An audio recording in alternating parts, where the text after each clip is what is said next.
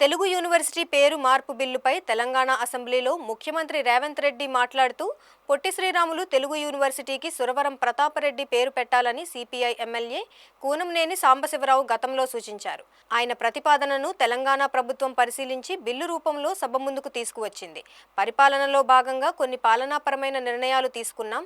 ఉమ్మడి ఆంధ్రప్రదేశ్ ఏర్పాటుకు కృషి చేసిన వారిని స్మరించుకుని వారి పేర్లు పెట్టుకున్నాం. రాష్ట్ర పునర్విభజన తర్వాత గత 10 ఏళ్లుగా ఈ ప్రక్రియ కొనసాగుతోంది. కొన్ని వర్గాలకు కొందరు నేతలు కొన్ని సామాజిక వర్గాల్లో అపోహలు కలిగించే ప్రయత్నం చేస్తున్నారని ముఖ్యమంత్రి మండిపడ్డారు. పొట్టి శ్రీరాములు తెలుగు యూనివర్సిటీగా ఉమ్మడి రాష్ట్రాలలో ఉన్న యూనివర్సిటీని తెలంగాణ రాష్ట్రంలో ఉన్న యూనివర్సిటీకి సురవరం ప్రతాపరెడ్డి గారి పేరును పెట్టుకోవడం జరిగింది. ఇది ఒక వ్యక్తి కోసమో, ఒక కులం కోసమో, ఒక కుటుంబం కోసమో ప్రభుత్వం తీసుకున్న నిర్ణయం కాదు అధ్యక్ష. పొట్టి శ్రీరాములు తెలుగు యూనివర్సిటీ ఆంధ్రప్రదేశ్లో కొనసాగుతుంది.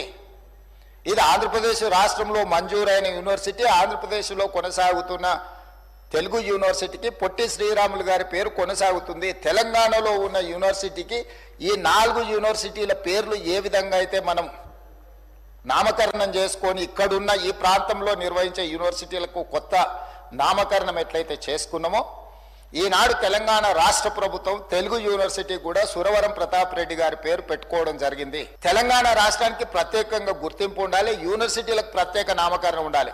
ఒకే పేరు మీద 2 ప్రాంతాలలో యూనివర్సిటీలు ఉంటే గందరగోళం వస్తుంది అధ్యక్ష పరిపాలనలో. ఆంధ్రప్రదేశ్ అనేది ఒక ప్రత్యేక రాష్ట్రం, తెలంగాణ అనేది ఇంకొక ప్రత్యేక రాష్ట్రం.